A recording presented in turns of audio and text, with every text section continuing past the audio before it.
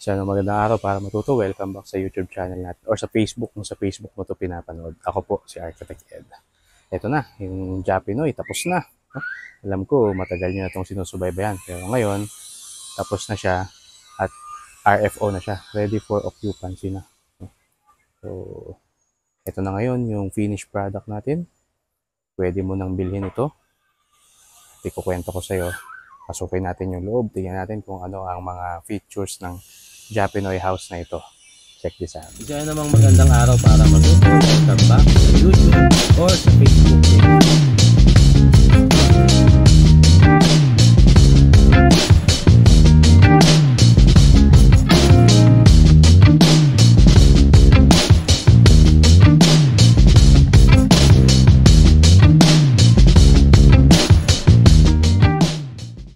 Okay, quick na kwento muna dito sa no. Ito yung may alley siya dito, ito yung main road, no.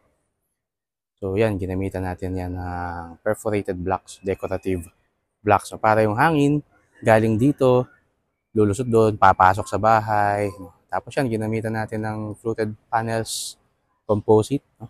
Tapos meron tayong garage. Inusli namin yung gate, no? Kasi pinayagan naman tayo, so okay lang. So dyan, kasya na ang van kapag nag-park ka. Tapos, ang itsura niya, geometric, no? At hindi siya masyadong solid. So, gumawa tayo ng perforations para ma-promote nga yung natural ventilation tsaka natural lighting. So, inaral talaga natin yan. Itong bahay na yan. Okay, so, pasok naman tayo. Okay, pasok tayo. So, itong bahay, naka-elevate siya. Itong lugar na to, hindi naman to talaga binaba ever. No? Pero naka-elevate pa siya ng mga more than 1 meter. So, mga 1.2 meters mula sa kalsada. So, from here, meron tayong garahe. Dito na ako Okay. Itong garahe na to, kaya nating mag-park dito ng van. Lapit ka pang konti dito. Pakita natin yung ito, medyo may konting gamit pa kami dyan. Laundry to eh. So, saksak mo yung washing machine mo dyan, yung automatic washing machine mo. May plumbing na siya, may electrical. And dito, pwede ka pang maglagay ng storage dyan kung gusto mo. Pagdating dito,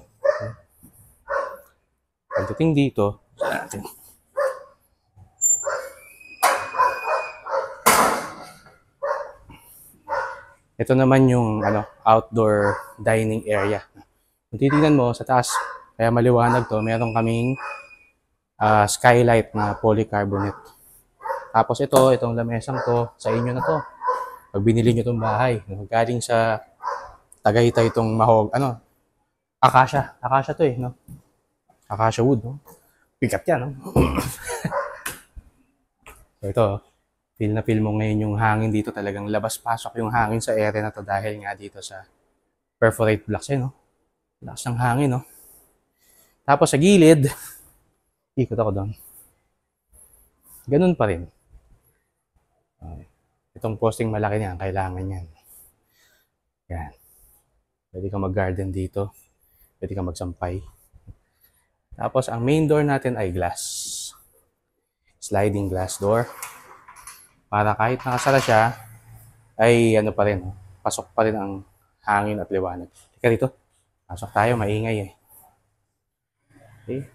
Tuloy po kayo. Pasok po. Okay.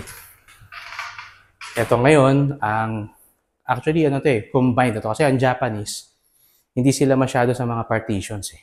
At saka itong maliit na space na to, ayaw naman nating magmukhang nakakahon siya, di ba? So, open plan na ito. So, dito sa kinatatayuan ko, pwede kang maglagay dito ng isang couch na 3-seater. Tapos ito, kita mo naman ang jalousie natin. Di ba? Malinis. By Gwenden Glass and Aluminum. So, siya pa rin yung gumawa niyan. So, punta naman tayo dito sa ating kitchen. Ito yung ating bar counter na medyo masaya yung design. No? Meron tayong parang machuka tiles, no? na design dito.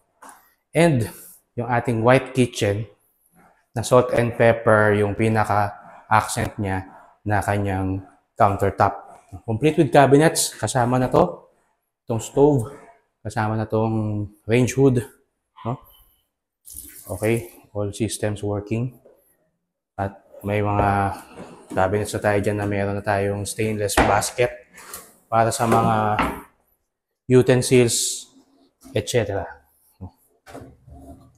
So, walang handles yung ating mga cabinets para malinis lang siya.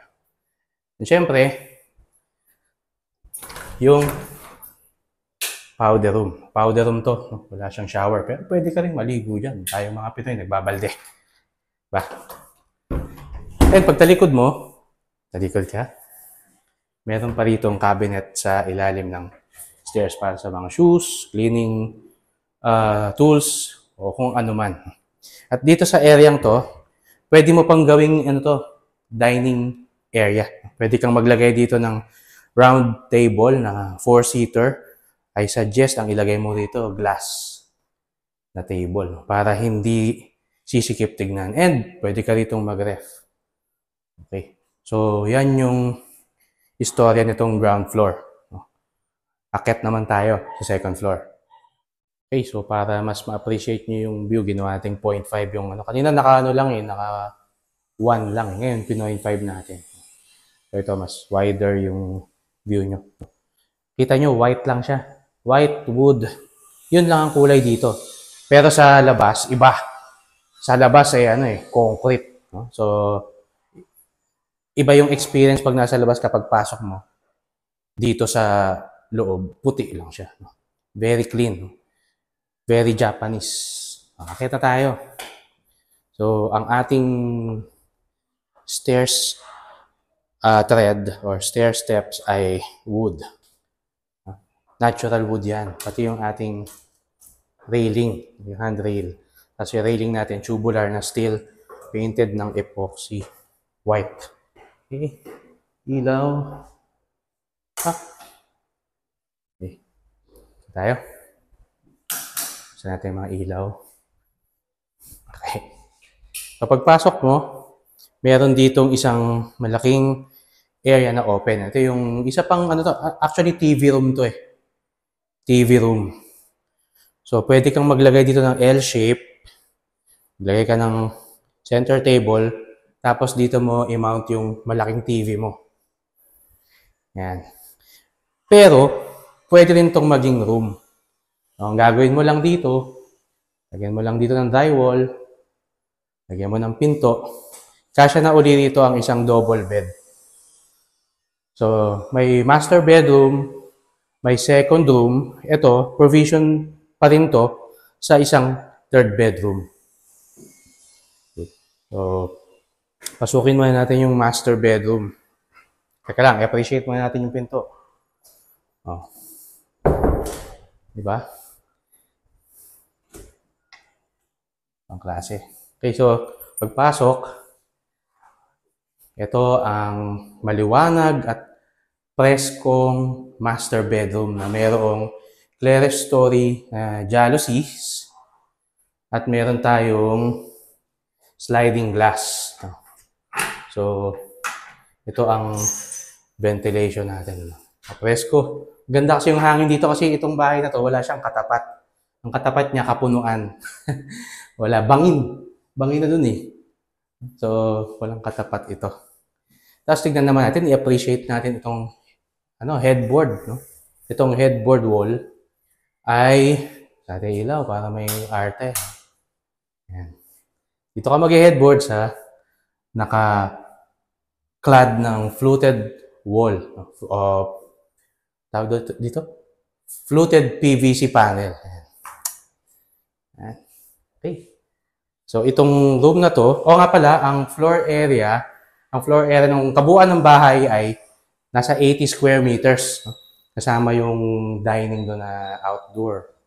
So, siguro doon sa baba, nasa 35. Tapos dito, nasa 45. Tapos may cabinets na siya. No? Built-in. Oh, sorry. built-in cabinets. Alright. Punta naman tayo sa second room. Itong second room,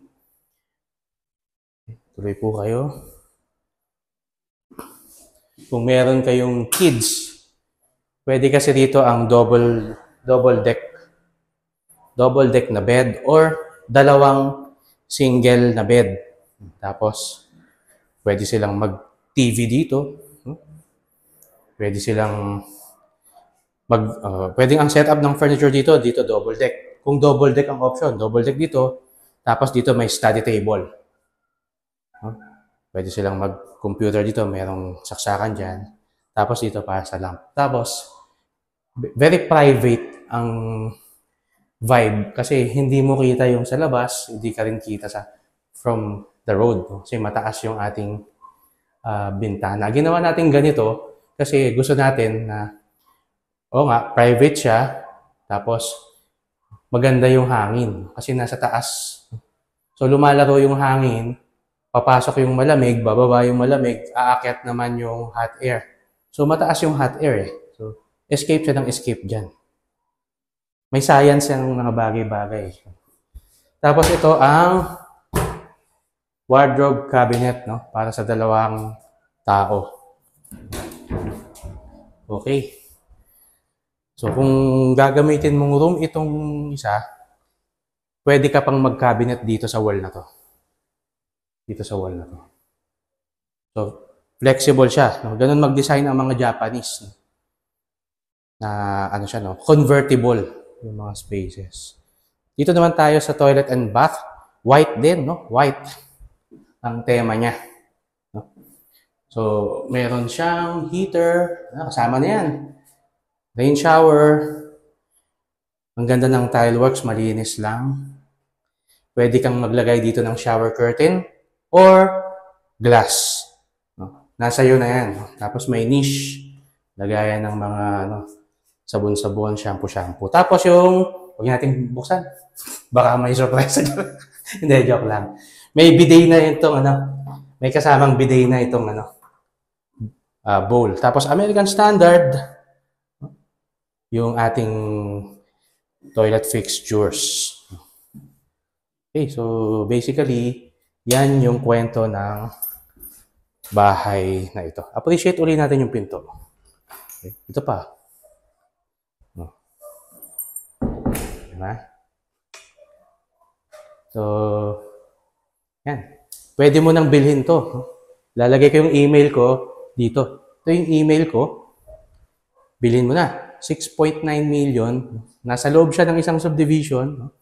Hindi naman to gated or high-end na subdivision. Kasi kung ito ay bibilin mo sa gated subdivision, hindi lang to 6.9. Baka madoble to. Pero ito dahil nasa isang subdivision naman siya, no? Na maganda yung community, no? At maayos yung mga tao.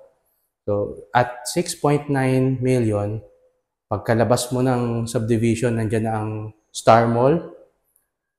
Pagsakay mo ng isang ride, nandun na ang MRT, nandun na ang SM San Jose del Monte, napapalibutan ng mga schools, napapalibutan ng mga places of interest. So, napakaganda. No? San Jose del Monte, Bulacan. Ito na ang next frontier. Itong San Jose del Monte, Bulacan. So, magandang investment. So, paano? Enjoy pa natin. Roll natin yung iba pang mga videos.